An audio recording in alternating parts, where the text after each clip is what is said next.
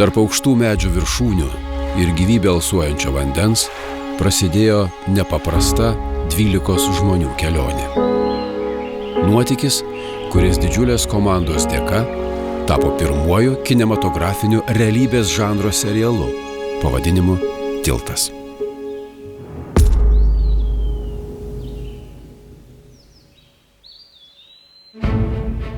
Vos tik man Gediminas atsiuntė pasižiūrėti tas pirmasias serijas, aš išprotėjau iš laimės. Aš išprotėjau iš laimės, nes tai buvo tai, apie ką aš svajojau, bet nežinau, kad aš apie tai svajojau, aš nežinau, kad tai jau yra. Ir atrodo, kad tai yra labai paprasta. Ką galima dar sugalvoti šitame žanre? Atrodo, kad viskas sugalvota.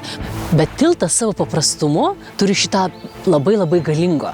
Kad drebėjo rankos, mąstant vien apie galimybę, kad mes Lietuvoje galėtume tai daryti.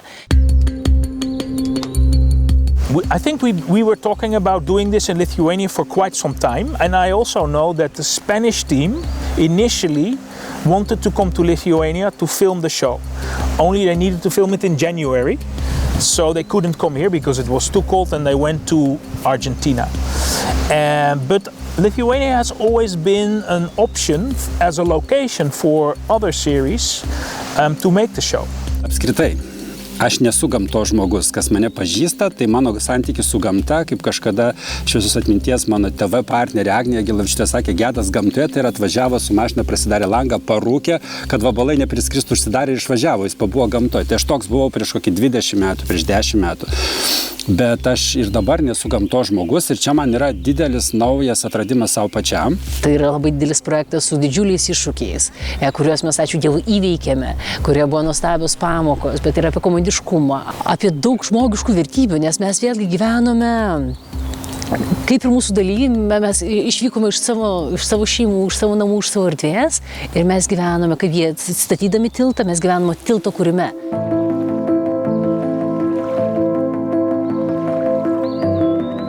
Čia Lietuvos gamta pirmą kartą buvo parodyta iš dar nematytos pusės, leidusios pajusti jos grožį, galią ir iš arti patirti joje slypinčius stebuklus. Tačiau kokia buvo šio unikalaus projekto pradžia, kaip gimė Tiltas ir su kokiais iššūkiais susidūrė kūrybinė komanda, kuriai miškų tankmėje teko ne tik kurti realybės serialo serijas, bet ir pačią stovyklavietę, turėjusią atitikti aukščiausius tarptautinius standartus. Tai turėjo būti krantas, kuriame galėtume gyvendinti dalyvius, kur būtų vietos nameliams pastatyti, kur būtų vietos dirbtuvėm įrengti. Tai netgi čia atvažiavę, mes kelis kartus važiavom, žiūrėjome krantus, žiūrėjome proskinas, medžius, atstumus, privažiavimus, žodžiu, viską, ką galima apsižiūrėti, išsimatuoti, išsifotografuoti ir turėjom daugybę variantų, kur bus stovyklavietė. Lietuvos vardas dažnai skamba gražiausių miškų kontekste. Tačiau nebuvo paprasta rasti ežero prieglobstyje esantį mišką, kuris ne tik leistų patogiai įkurdinti stovyklą, bet ir beveik 100 žmonių kūrybiniai komandai šalia dalyvių statomo tilto nepastebimai leistų kurti nematomąją tilto pusę. Čia buvo diskusijų, kad gal Neringoje filmuoti, ten tarsi tokia ikoniška, graži gamta. Bet dabar, kai čia filmuojam miške, aš džiaugiuosi, kad nepasirinkom kokios nors kitos vietos, nes čia yra lietuviškiausia iš vienos pusės, bet man atrodo, kai mes parodysim tai kadre, tai ir atrodys, kad ar čia tikrai Lietuva.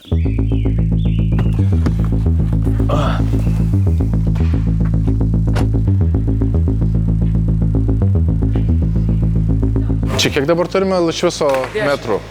Taip. Čia turim 200 metrų. Turim 200 metrų, super. Ir jūros šventė kitą savaitę, oro balionų festivalis kitą savaitę. Oi, kokią mes gerą datą reiškia pasirinkom ant visko. Čia bus šou. Tai gerai, nes jeigu trūksim kažko, tai žinosim, kad kai baigsis ten, galėsim po to visus atvažiuoti. Jau ilgiau užtruks, taip? Mes tai ilgiau užtruksim, mes 3 savaitės turėsim.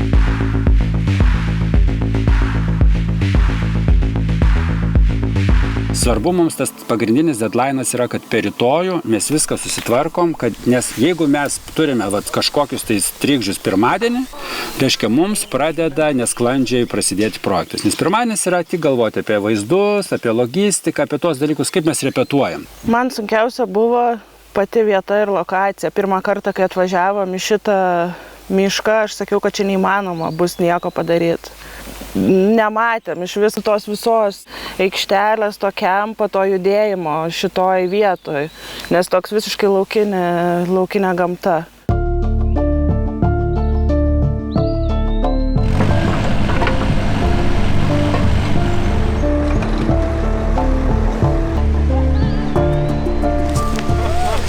Kolegė klausė, ar padarysim pas jūs elektrą, tai darom. Kiek čia metrų kabelių iš vis bus? Kabelių vadinė gaunas apie 200 metrų. Joks daugiau elektros nereikės, nes jie negali turėti nei telefonų, nieko, tai nieko kraut nereikės. Aš manau, jie ir nenorės ir džiaugsis gamta. Na, aš manau, kad bus, kurie norėtų, bet jie negali, mes išjuotimam viską.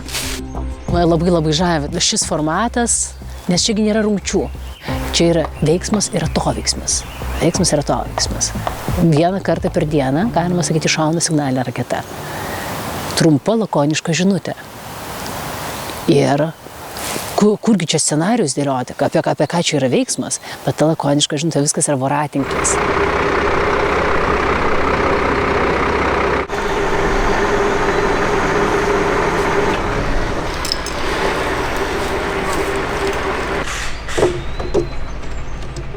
O kiek čia kvadratai yra? Čia yra 7x4, tai kiek čia, 28 kvadratai. 28 kvadratai, 12? 13 lovų.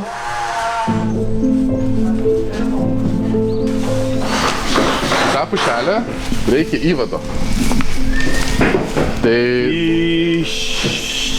iki jos turi ateiti laidas ir ten aukštalipys užlipti ir mum anteną turi užkelti.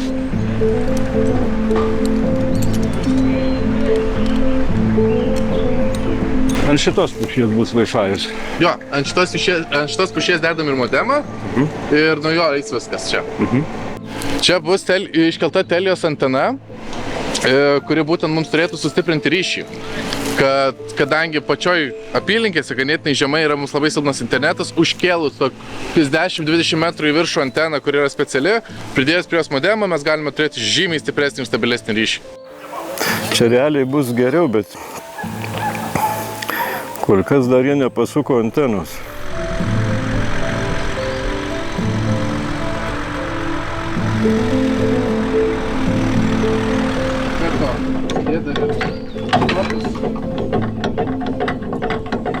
Mes žinojom, kaip mes gausim elektrą, mes žinojom, kur viskas bus paruošta, bet nežinojom tos dalies, kaip statysim tiltą. Mums reikia 100 rąstų, kurie bus perpjauti per pusę po 3 metrus. Tiesiog per pusę. Čia yra tik per pusę perpjauti. Ir pats sunkiausias gal buvo dalykas, pirmasis, tai suskaičiuoti medį, kur tu gyvenime to nesidaręs. Ar čia irgi skirtums į pušis ar eglį jokį skirtumą? Irgi nėra skirtumo. Per šiandien padarytumėt, mums jau atvažiuos šiandien juos plukdyti į salą. Komanda susidūrė ne tik su kūrybiniais iššūkiais, bet ir su griežtu gamybos grafiku. Čia kiekviena diena tiksliai apskaičiuota, o bet kokie trukdžiai sudėtingam procesui gali būti lemtingi. Tam, kad galėtų būti pastatytas tiltas, projekto komanda turėjo pasirūpinti 100 kubinių metrų rąstų, 4000 metrų virvės ir 400 plūdurų. Jeigu tu, pavyzdžiui, darai studijinį formatą, tu pasidarai kažkokią tai black boxą, juodą dėžę ir tu joje susikuri savo visą tikrovę, kokios tu nori. Čia tu ateini ir gauni labai intensyvę tikrovę, medžiai, ežeras, dangus, visa tai yra, tu to neįtakoji. Kaip padaryti, kad tai būtų ne tiesiog, kaip čia Mantas juokauja, 50 žalių atspalvių, bet kad tai būtų projektui reikalingas kontekstas, tai va tie final touchai, jie buvo tikrai ir mūsų ir konfliktų, ir diskusijų, net ašarų priežastim. Aš kartais jau bijau, ką nors kartais sakyti žmonėm apie scenografiją, nes aš turiu tą tokį priklumą.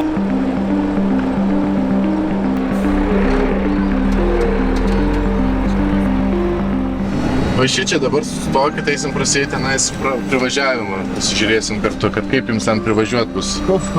Labai daug medžių, šitas kelias nepritaikytas, čia miško tiesiog yra keliukas. Tai va todėl sunkiausia yra atbulami važiuoti su ilga mašina.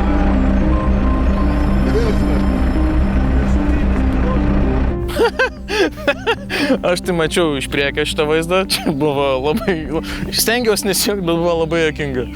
Nes aš jam ten ir taip bandau parodyti, kad ten ir taip sukis, nes ten va medis dar kažką. Jisai pažiūrė į mane, ten visas to piktas, jis ten keikėsi, ten į kokią čia mane atvežėt nesąmonę, taip toliau, ir jisai paskui važiuoja, girdžiu tik tai trakšt veidrodėlis. Aš pasižiūriu į tą veidrodėlį, pasižiūriu į tą vairuotoją, tai vairuotojas į mane atsisuka ir tokį veidą padaro. Veidrodėlio jau nebėra. Pūsto veidrodėlio. Kiek išeitų nusileisti? A dar reikės atvežti? Reikės. Aha. Daus, kolega.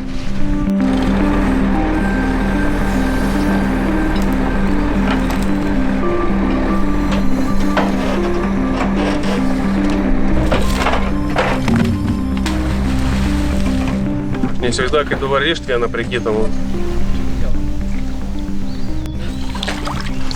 Togu? Gabenimas rąstų į salą tai irgi buvo labai didelis iššūkis ir visa laimė, kad radome labai stiprių vyrų komandą, kurie pavyko šitą grand darbą padaryti. Plaukiu į kitą krantą bandau.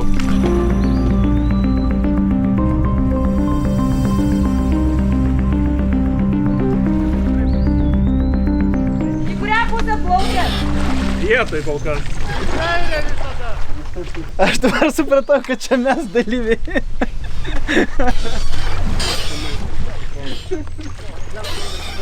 Nes mes čia norim pasidaryti tokį kaip keltuką. Kad čia žmonės galėtų tokio plausto užsilipa ir prasitraukia. Ir mes dabar rąstų šitos plukdom ir mums viskas kimba į tą žolę. Tas rąstų iššūkis gal buvo didžiulis, bet man gal juokingiausias tai buvo... Pavyzdžiui, žinau, kad galima žolę kirpti su žoliapjove, bet ar jūs žinojote, kad galima ežerą irgi kaip su žoliapjove praeiti ir išsikirpti žolės? Tai aš, pavyzdžiui, šito nežinojau. Pasirinkta lokacija atnešė ir savo iššūkius bei taisyklės, kurias komanda turėjo gerbti. Iššienauti ekologinį tvenkinį, surandant reikalavimus atitinkančią techniką, visai komandai tapo dideliu iššūkiu. Elektrinių priemonių poreikis atsirado tada, kai sužinojome, kad šitas ūkis yra biologinis, čia yra auginamos žuvytės švariai, ekologiškai ir benzininiai varikliai į vandenį patekti neturėtų. Tai mums reikėtų va čia tokį taką prasivalyti. Kokį pločiaus reikia? 3 metrai kokia? Nu tai du prapjovimus tada reikia. 2 ar 3 čia. Tada vieną ratuką būtų gerai perimetro aplink salą, kad galėtų operatoriai suvalgyti, tiesiog apiplaukti paprastą, kad nekliūtų tiesiog. Aš jau kai atvažiavau po kažkokios tai pertraukos, žiūrėjau, kažkoks traktorius plaukė, kerpa žolės, vyrai tas rąstus dieną naktį tempia. Galvoju, čia tai gera, mes poligoną užsukom.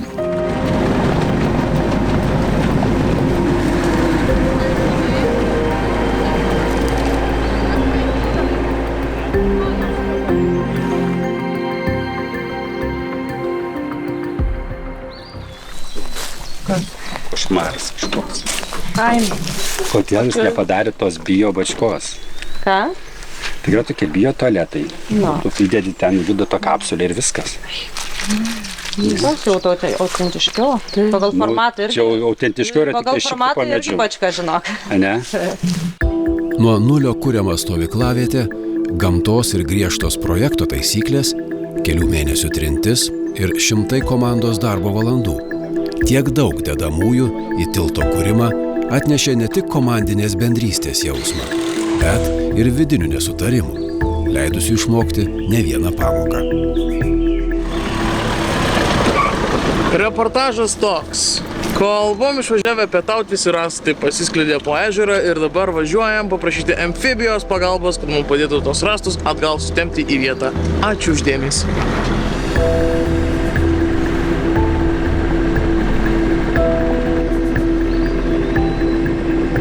Tai tiesiog iškrovė ir labai vėjas pakilo, srovė iš karto pradėjo nešti į priešingą pusę negu kad prieš tai. Ir visus nunešė. Va tie rąstai aš nesupratau iki pat galo, kaip jie atsidurs toj saloje, nes man atrodė tai neįmanoma misija.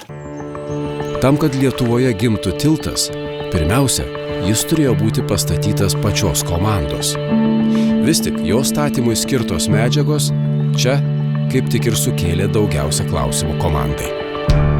Nu gerai, taigi varom dar. Dabar dvigubai didesnį atstumą, didesnį žolių daugiau, visko dvigubai. Jau patirties turim ir audrą dar užsakykit kokią.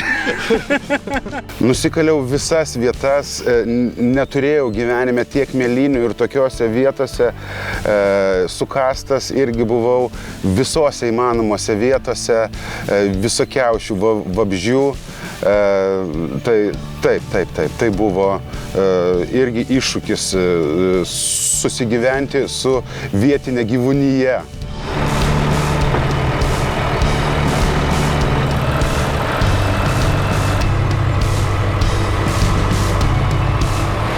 Leiskit į apačią, tvarkoj, taip.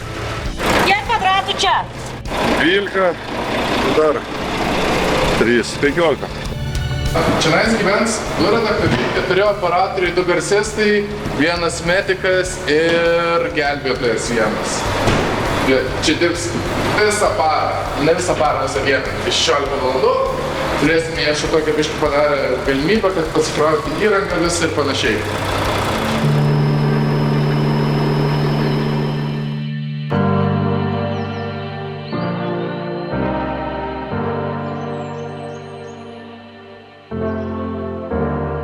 Čia nėra civilizacijos, sakykim taip, tas yra labai įdomu.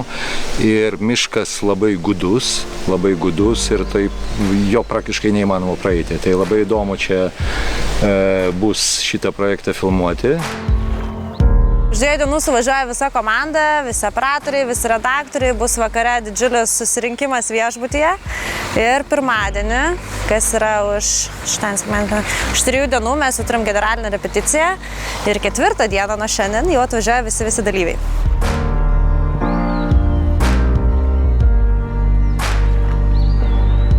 Imsime kuprinės ant sienų dalyvių.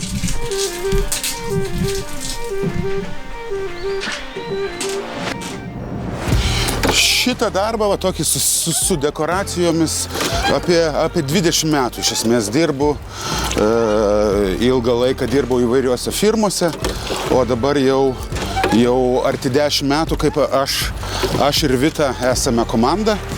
Jūs pora? Mes pora, taip, mes pora. Ir darbe, ir gyvenime. Nudažyti plaustą. Bet tamsu turi. Taip. Čia labai dušnekas yra. Viskas čia veikia. Plauste įtvirtinti kablius ir kilpą. Prikablinti. Kabliai ir kilpą. Ir įtempti. Ir perkabinti virvę.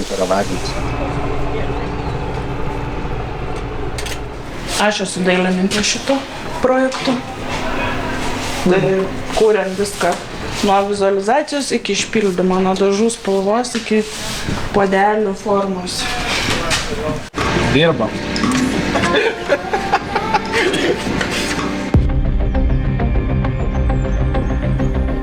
Stovyklavietė, laužavietė bei statybvietė jau įgauna savo formas. Tačiau svarbiausiu šios vietos šeimininku taps saloje esantis švyturys. Vis tik jis išbandymus nusprendė paruošti ne tik dalyviams, bet ir visai kūrybiniai komandai. Iš pradžių įjungta jo šviesa nebuvo pakankamai ryški. Vėliau švyturys neatlaikė vėjo gūsių, o likus vos dienai iki dalyvių atvykimo pakeitė ir spalvą.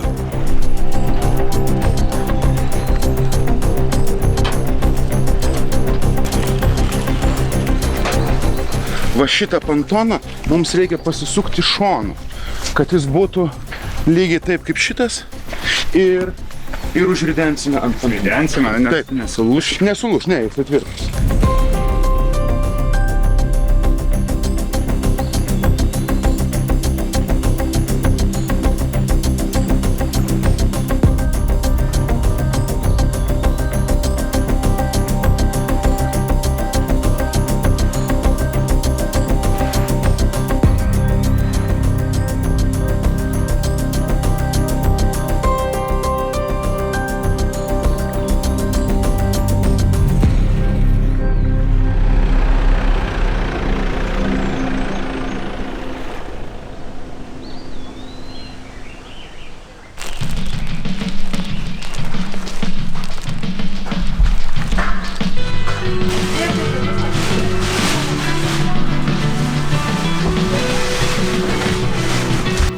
Kai grįžtam būna vakarienį ir einam jau miegoti realiai. Tiesiog tiek jėgų neturim po visų šitų dalykų, nes vis tiek pradam darbą 9 ryto, užbaigiam po vakarienės.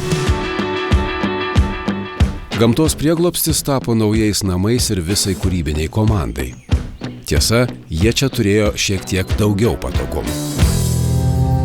Gyvenimas kartu, 10 skirtingų asmenybių, tapo taip pat savotišku vidiniu realybės serialu, kuriame kartu einama miegoti, kartu keliamasi, o kartais ir kartu keikiamas miegalius, kurio žadintuvas valandas skamba, žadindamas kaimynus po ilgos naktinės pamainos. Mes negali darom, kad čia šnekam, nes už durų vieni miega, kiti ne. Mes vieniem yra anksti, kitiem yra vėlai keltis. Tai dėl to yra tas tipo ramumos laikas nuo 9, kaip ir logiškas, nes kitiem keltis tam 5 ryto.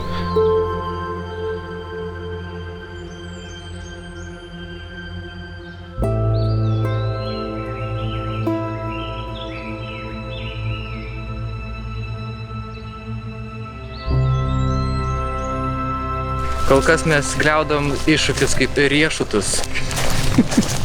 Jokaujam, bus verksim kruvinom ašarom čia, kai reiks filmuoti ant saulės, kai odai kas čia, visi verksim, dalyviai verks ir mes verksim, kamputį sėdėsim, visi kūkčiasim. Stotelė ir... Iš Maskavskį bus padėjau, tai buvo. Nu gerai. Čia kam? Jeigu dalyviam. Kokį reikalą. O taip. Jaunas, labai ryškus. Į šitą aparatą paimta 12 radijų, kur kiekvienas dalyvis turės, dar prie kamerų bus po žmogų su bumu, dar namukuose mikrofonai, o vienas kapo dar ne taip kaip kalbės. Va dėl garso. Dėl garso. Aš manau, kad gal nemam šakelių, bet turim, kaip aš įgau, pasiruošę tentą. Jeigu prasideda smarkus lietus, mes uždengiam ir tam, kad gali būti ant tiek aktyvų, kad nebegirdėsim, ką žmonės šneka. Dabar labai greitai reikia pasidaryti dalykus. Visi plukdymai, užkasimai laidų padarė, nes pareina škvalas. Taip. Galimai už 2 valandų. Mes turim 2 valandas pasidaryti viską taip, mūsų tas paskui nepaveiktų, kad darbai toliau nestotų. Problemų. Dar žinok neturim.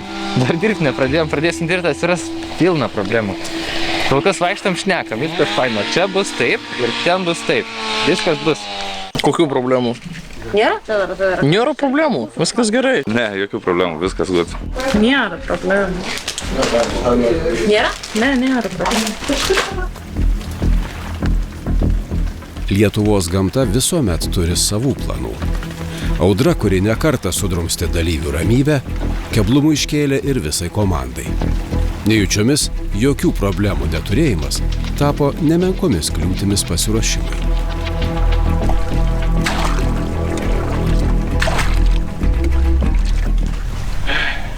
Nuoširdžiai pasakysiu, aš nežinau, kaip tai įvyko, bet kažkur atsirado skylė ir mes realiai nebeturim valtis ir ją prasiskėlim. Dabar turim žaisti tokį durną žaidimą, iš čia vandenį visą, į ten vandenį visą, tam, kad mes iš vis išsitrauk galėtume ir susitvarkyti po to. Manau, jau dabar mes galim iš ten metą.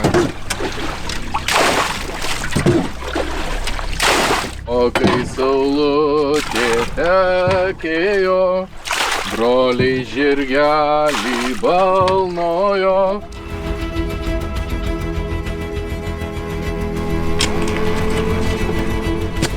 Tai gal paprašiau išvis be kroksų? Ne, bent vieną koją apsaugotas, spygliai, kankorėžiai, gyvatės nuodingos, tai bent vieną saugi.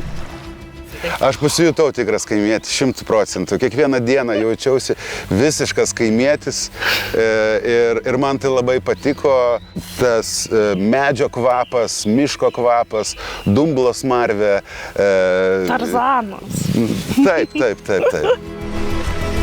Termatelės. Tuščias.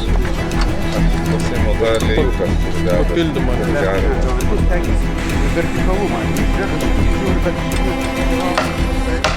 Fantastika.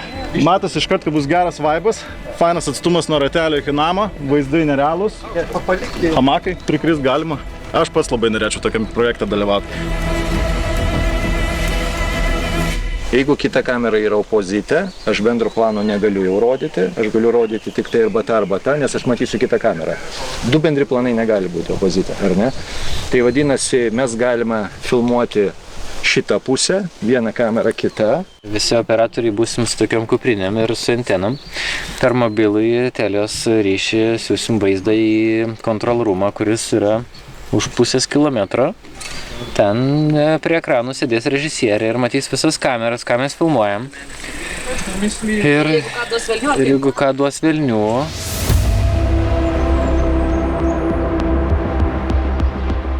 Signalinė ugnis ir dūminė šaškė. Du dalykai. Gerai. Dabar mes kalbame apie dūminę šaškę. Tai dūminė šaškė yra toks pagaliukas, kurį uždegi ir jisai šauna ugnį ir daro dūmus. Kadangi tai yra ugnis, mes pasidarysim žvyrkelėje testinį variantą, pasižiūrėsim, kiek ten yra tos ugnies, kiek ko ir pažiūrėsim, kaip tai saugiai padaryti.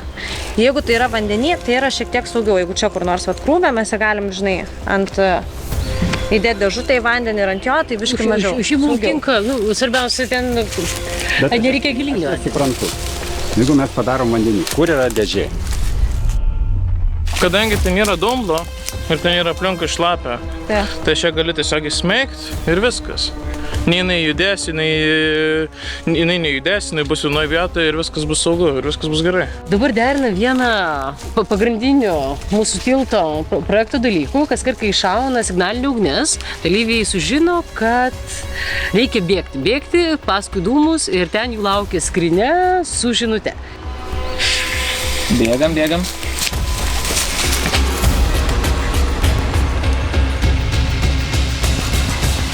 Techniškai žiūrint, galbūt sudėtinga taip gražiai užfiksuoti realų turinį, kur tu negali ten režisuoti. Žiūrint australus, atrodo, kad jie ten pasakė stop, dabar jūs padarykit taip, o mes gražiai čia patogiai įsitaisysim ir viską gražiai, kaip priklauso, nufilmuosim. Aš nežinau, kaip jie darė, bet mes darėm tikrą reality. Ta prasme, iš operatorių nei žodžio, jie bandė mus kalbinti, mes kaip į sieną. Tiesiog, labas rytas, jie sako, mes ir dirbti. Išlikti nematomais. Toks buvo visos komandos tikslas. Komanda nesiekė pasirodyti nedraugiškais, tačiau visiška dalyvių izoliacija laukinėje gamtoje ir atsitraukimas, leidžiant jiems kurti savąją realybę, viena iš svarbiausių projekto dedamųjų.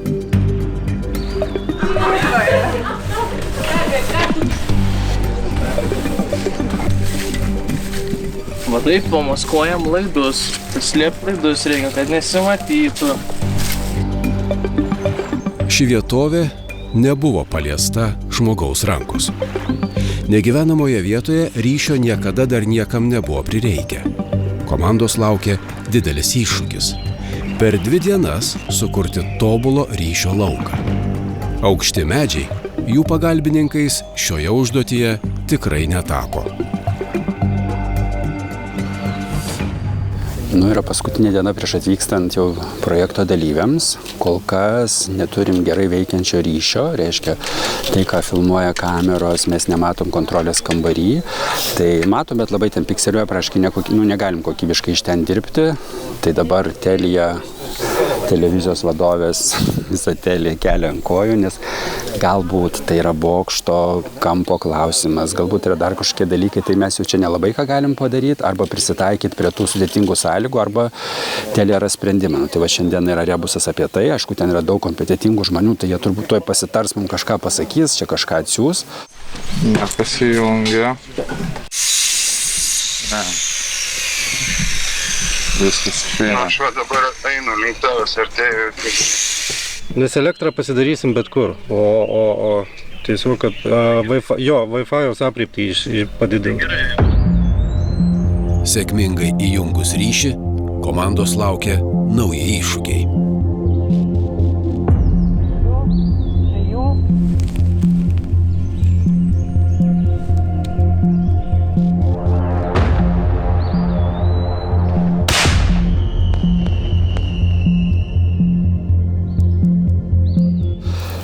Pasibandėm šūvius, kas šiandien yra, ne, visą dieną repetuojam, kadruotę, žiūrim, kaip veikia, viską bandom, tai ką tik iššovėm signalinę šūvį, signalinę raketą. tokias mažai matosi dienos šviesoje, tai vat bandom rasti stipresnį, riebesnį, kaip aš sakau, variantą. Ir liktais turim, tai turėtų atvežti, tai žiūrėsim vakarė, nes šiandien per dieną 3 kartus šausim. Tai tikiuosi, kad su kiekvienu kartu vis bus geriau ir operatoriai žinos, kur yra ir galbūt mes geresnį daiktą tiesiog rasim. Ir yra vis dar iššūkis dėl pagrindinio objekto, tai reiškia švyturio. Mes turim kaip ir ten tą šviesą, žiūrėsim kaip kadre atrodo, bet gyvai žiūrint kol kas norisi geresnės.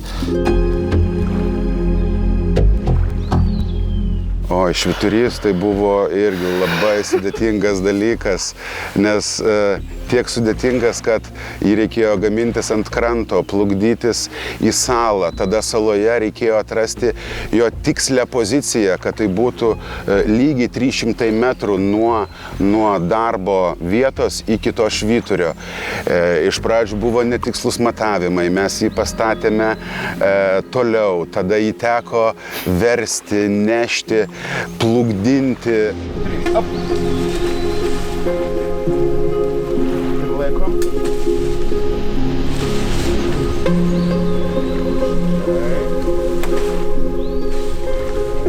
Labiau į centrą. Ten dar.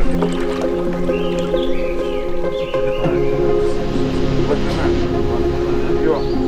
4. Statėm 4 kartus. 4 kartus įleidome, statėme, keitėme apšvietimą, derinom apšvietimą, sukom apšvietimą, kad jisai šviestų reikiamą kryptimi. Tai gal mes turim sąrašiuką, susitikrinkim, praeikim viską iš eilės, ką mes turim, ko neturim, ką naudojam. Pirmas mano sąraše esant prie tvenkinio ir savitiltą gelbėjimosi liemenės. Taip, tai gelbėjimosi liemenių turim, panašu pakankamą kiekį. Kilimėliai prisėsti. Kilimėliai yra visi. Metaliniai puodeliai, lėkštės, gertuvės.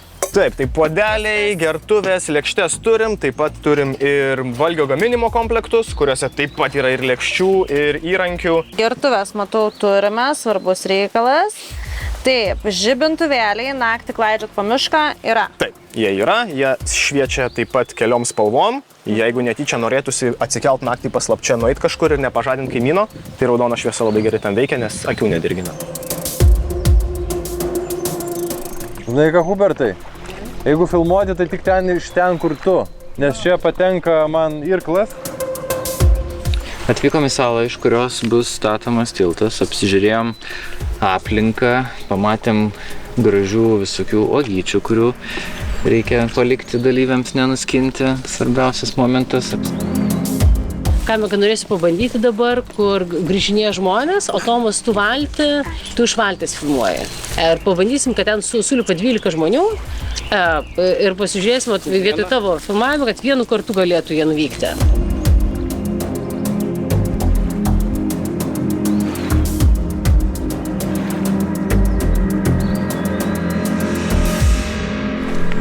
Smile. Jau dabar galiu kalbėti. Hello. Hello. What's your name? So that's our house. Hello. Hey.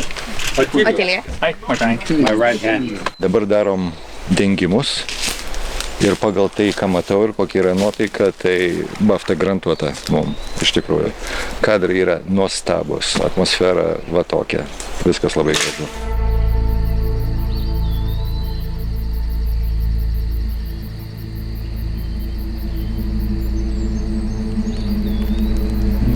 Jis, kaip sakyt, smulkesnis.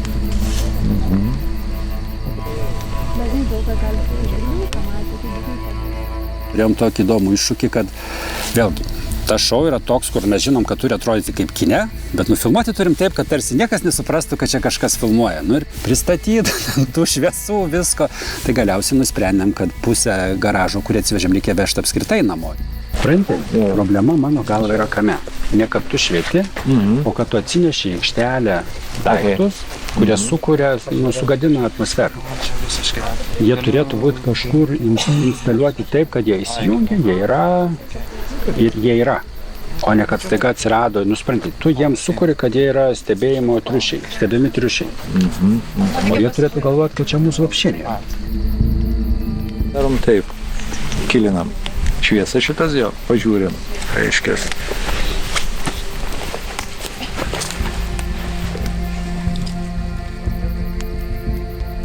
Tikimės rasti kažkokį kompromisą, kaip turėti labai gražią šviesą, labai gražius visų dalyvių veidus ir nesugadinti natūralios aplinkos, kurioje esame, kad visi jaustųsi jaukiai, kaip namučiuose, o ne kaip filmavimo aikštelė.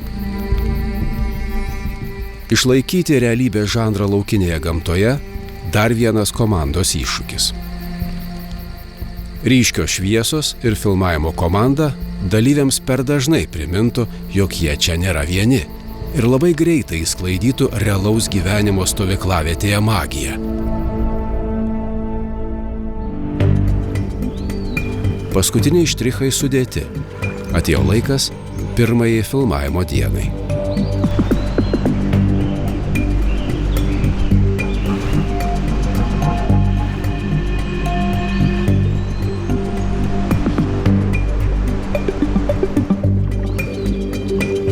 Nu va, atvarė dalyviai.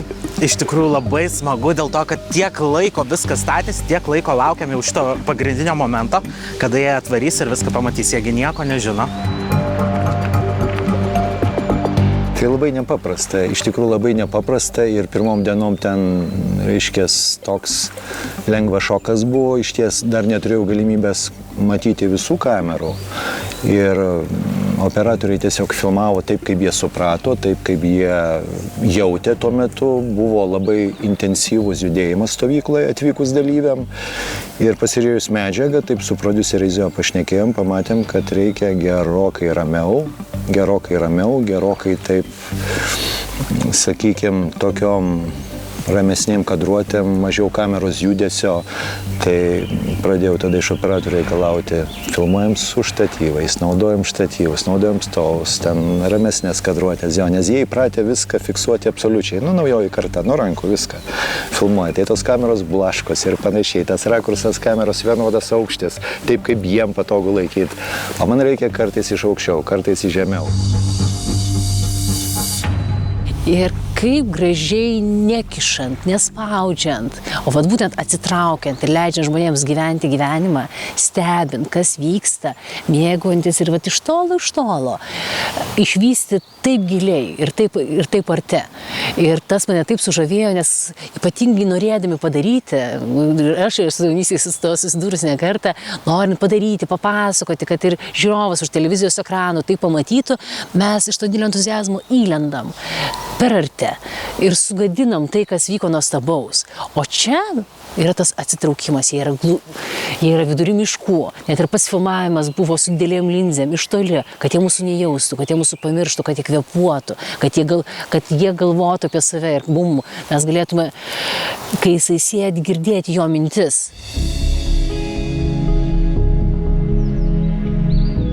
Per tą pirmą darbo dieną labai įdomu kol kas stebėti visus dalyvius, kaip visas filmavimas vyksta, visas procesas, kaip patys dalyviai reaguoja į tas kameras, kaip jie turi reaguoti, kaip neturi reaguoti. Oi, laukia, mes atėjom,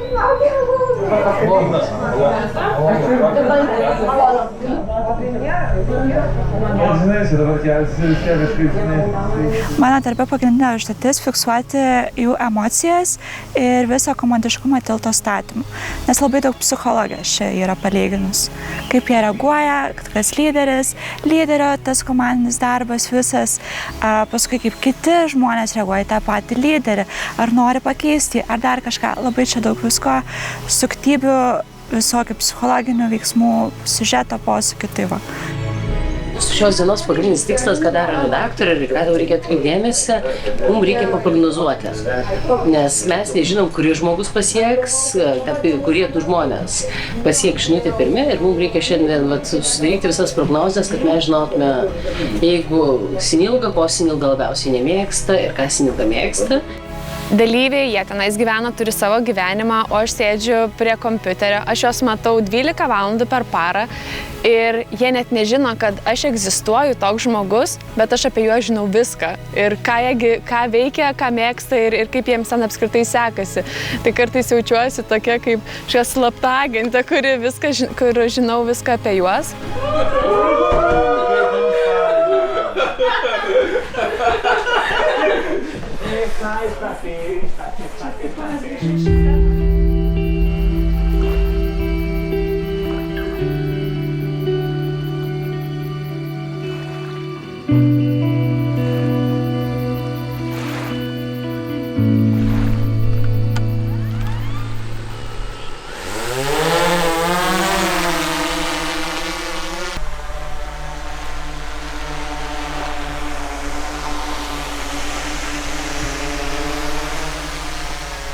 Gražiausia tai buvo lietuviška gamta perteikta iš kitos perspektyvos. Ne tos standartinės perspektyvos, kur matom graži saulytė, gražus medžiai ir taip toliau, bet tą tokį maždaug pagaut alsuojančią gamtą, tokią gyvą, tokią maždaug, kai tie žmonės tam miške, toj saloje ir panašiai, juos padaryti tokius mažesnius, kad yra gamta visur. Ir jūs čia tokio mažioj vietoje ir daro tokį, jungiat du taškus. Tai tas tikrai įstrigo.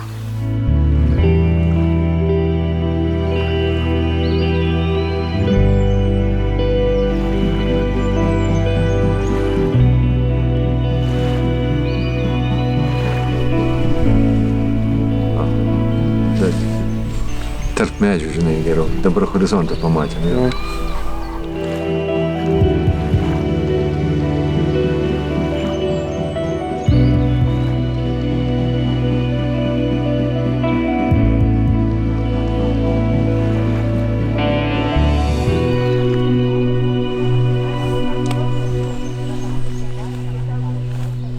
Atstumas aikštelėje dar niekada niekam nepamaišė. Mes negalim primesti savo nuotaikos, savo emocijos, savo nuomonės. Kai mūsų nėra šalia, jie yra tokie, kokie jie nori būti. Tai, ką jie įsivaizduoja, tai vėl ne mūsų primetimas, o tai, ką jie nori įsivaizduoti. Ir toj tokioj, atrodo, jie nėra uždaroje erdvėje, jie yra atviroji gamtoje, yra miškas, yra ežeras, yra laukinė gamta, bet jie vis tik susigalvoja, kad jie yra kažkokiam burbule. Ir jeigu dar mes būtume šalia ir juos baksnotume pirštais, jie nebūtų to, kas jie yra.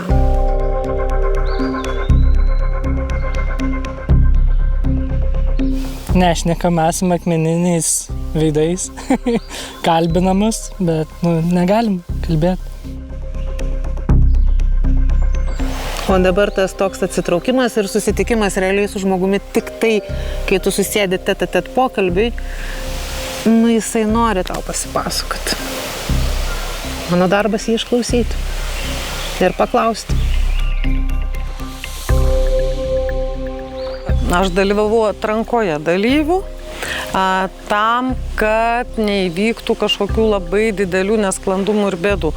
Šiuo atveju tiesiog pažvelgti į psichinę sveikatą tų dalyvių.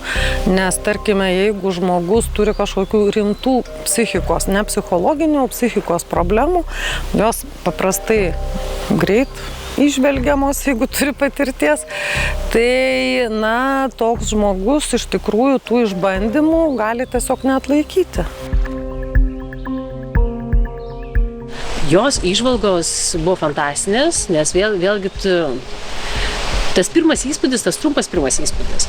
Jūsų darbo patirtimi, mes žinom, ko mums reikėtų televizijai, bet Rūta labai greitai identifikavo, kur rimtesnių problemų, kur yra alkoholizmas, kažkokios priklausomybės, kažkas, ko tiesą pasakius, mums plika akim net nesimatydavo. Ir galėdavo apie žmogų pasakyti žymiai daugiau ir giliau, negu net ir su didesne televizinė patirtimi ir atrankom mes galim taip iš karto pagauti.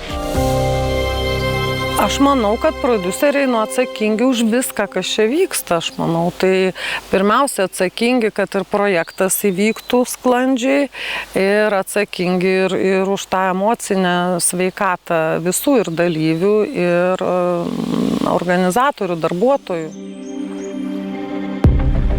Projekto komandą sudaro didelis būrys savo srities profesionalų. Viso projekto metu teritorijoje budėjo ir Telšių pirminės sveikatos priežiūros centro medikai, kurie reagavo į stovyklavietėje vykusias situacijas. Išgirdom per raciją kvietimą, medikai kviečiame į aikštelę. Viena lūžo kojos pirštas. Nuvykus į įvykio vietą apžiūrėjom, patinusi pirštelio vieta, sutvarstėm, sutvarkėm, nuskausminom ir išvežėm į Telšių priėmimo skyrių. Rytai laukinėje gamtoje visiems kitokie. Čia naujas rutinas turėjo prisijaukinti ne tik projekto dalyviai, bet ir visa komanda. Šitą mailiuką naudoju. Oi! Nes jis yra ekologiškas. Čia plaukia žuvis, todėl mes negalim teršti gamtos, nei vandens.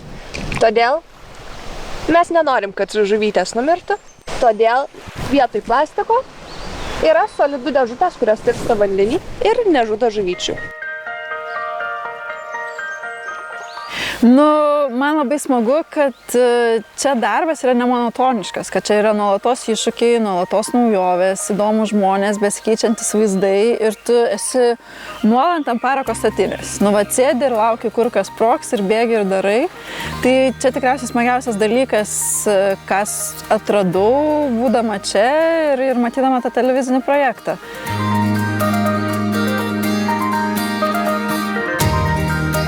Esminis gal ta prasme tikslas yra estetika. Tai yra tokia kino estetika. Ne televizinis vaizdas, kur lempos dažniausiai šviečia tiesiai į veidą, kaip matome per žinias, o šiek tiek, kad būtų paslapties. Tai yra vėlgi apšvietimas iš šono, minkštas, gražus, su šešėliais. Bet reikia priekį varyti, ne? Jo, va taip kaip darai, va taip tiesiog kokių biškį pagreičio, kad įgautum. Aha, tai reikia apsisukti, ar ne? Gali taip ir plaukti. Žiūrovas supranta tada, kai jam kažkas neaišku. Gražus kadras, jisai visą laiką gražus ir tu net nesusimastai, kad čia buvo kažkas sušviesta. Tai yra, galim sakyti, nepastebima. Tai yra tiesiog estetiška gražu. O kai žmogus gali nenuskaityti žmogaus, tamsus paakiai, ar ten kažkoks jisai baisus atrodo, ar iš apačios labai sušviestas, kaip siaubo filmas, tada jau supranti, kad kažkas ne taip, bet galbūt negali įvardinti kas. Tai va toks va tas skirtumas, kad jeigu žmogus nieko nesako, reiškia viskas gerai.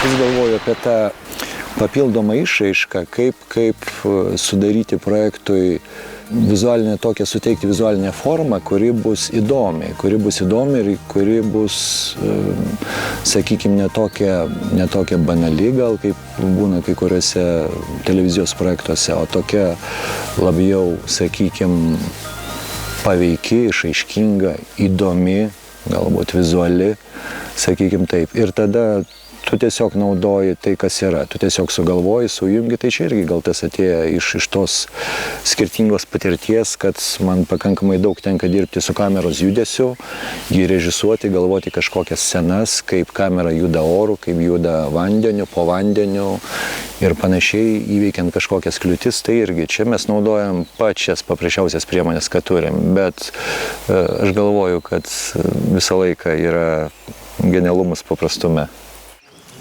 Laikiklis ten. Aha. Va čia. Aha. Ir tada sakė, leistų uždėti sakšenką po lipduko, neleistų dėti iš vidaus. Iš vidaus negalima? Ne, iš vidaus galima, sakšenką pagalima. Ok. Bet man čia dar reikės padirbėti, nes stiklas yra lenktas. Reikės atitaikyti kampą. Ir žiūrėk, kad šitas nemaišytų, veido neperdengtų. Tai reiškės, žinai, aš galiu, reiškės, jeigu ką atsisėsti ar ką, kad pasižiūrė, žinai, kad tas portretas būtų toks, žinai. Ir vakar tas pats skrido.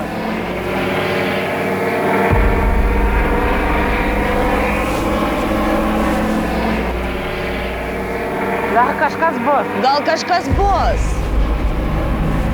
Kiekviena detalė šitame šou yra labai repetuotas šokis.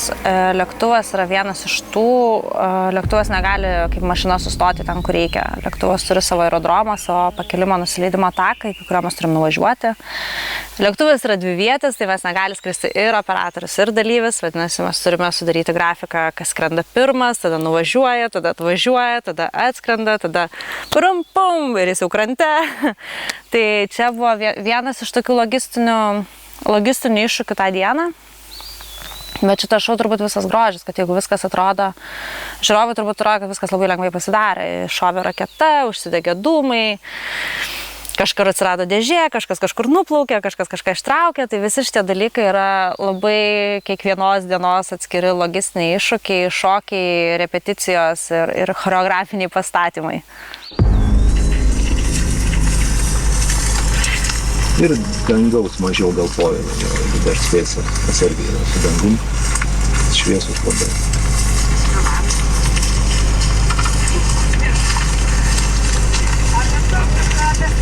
Viskas povilai jau.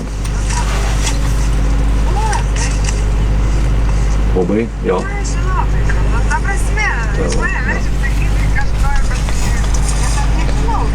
Jo, Valdai, gerai, truputį skylutę prisidaryk, Valdai, truputį. Stop down per pusę, jo. Ar sukėlė intrigą Ignas? Taip, netikėtas posūkis. Maniau nusiplaus su pinigais. Tiltu žengia tas, kurio lyderystės visą projektą komanda prisibijojo. Žinai, toks jausmas, kad kažkokiam čia seminarė sudalyvavom. Panirom 3 savaitės, išnirom. Toks, aš tai negaliu sakyti, kad man čia buvo sunkiausia dalis. Čia tikrai buvo, kas tikrai ir sunkesnės valandas dirba ir viską, bet toks, žinai, rytą atsikeli, vakarė užmiegi tame veiksme. Turėjome čia su žmonėms susitikimą, dalyviais visais. Tai kažkaip ir jų akyse matosi, kad kažkokia yra patirtis, kur yra pozityvi, šviesi ir tokia... kad matos kažkoks žmoguje pokytis nutikęs pas juos, bet aš galvoju, gal ir pas mus, kurie čia mes dirbom, tai įdomu. 40 dienų darbo, 100 kubinių metrų rąstų, 32 iššautos signalinės raketos, 300 metrų pastatyto ir vėliau išardyto tilto, bei 96 komandos nariai, kurie laukinėje gamtoje nuo nulio sukūrė kinematografinę realybės serialo magiją, kuri tapo pirmuoju ir vieninteliu tokio žanro televiziniu produktu Lietuvos istorijoje. Nu ką, tiltas pasibaigė.